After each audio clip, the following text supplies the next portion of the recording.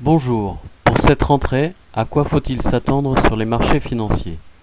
Depuis la mi-mai, le CAC 40 est entré dans une phase de consolidation. D'ailleurs, tous les signaux sont au rouge. La moyenne mobile 50 jours est passée sous la moyenne mobile 100 jours. La MACD est entrée en territoire négatif. Le RSI, tout comme les stochastiques, n'indiquent pas de survente, donc le mouvement pourrait se poursuivre à la baisse. Sur le graphique Directional Movement, la courbe négative est au-dessus de la courbe positive.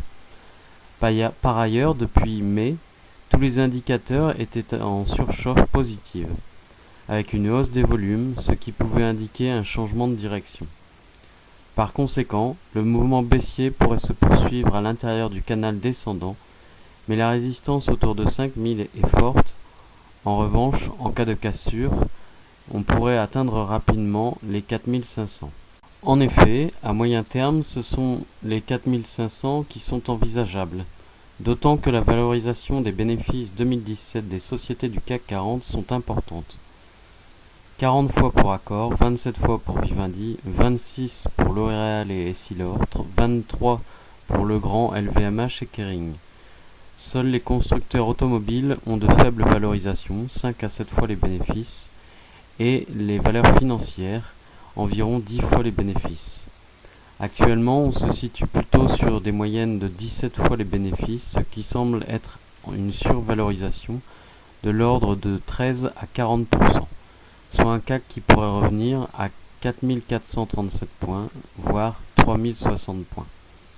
Ainsi, les 4500 points sont clairement envisageables, mais qu'en est-il du chiffre de 3060 ?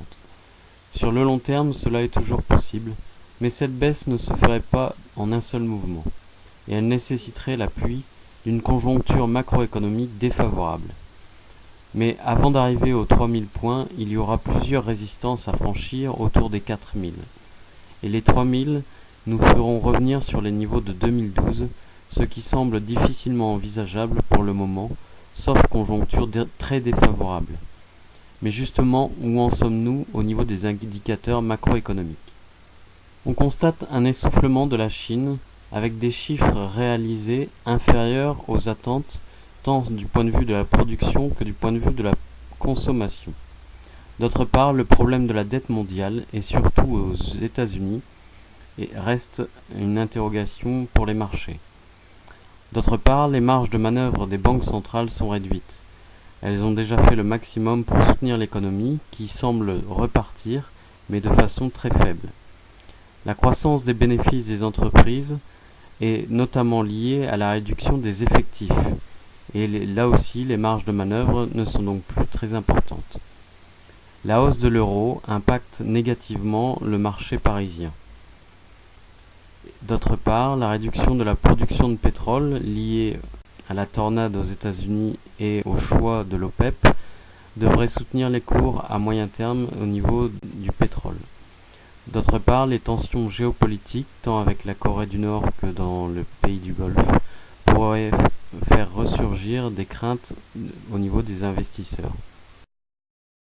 En conclusion, si pour le moment rien n'est alarmant du côté de l'économie, le test américain du 29 septembre sur le plafond de la dette sera une première étape. Par conséquent, dans l'immédiat, il ne devrait pas y avoir de gros mouvements sur les marchés d'ici la fin du mois.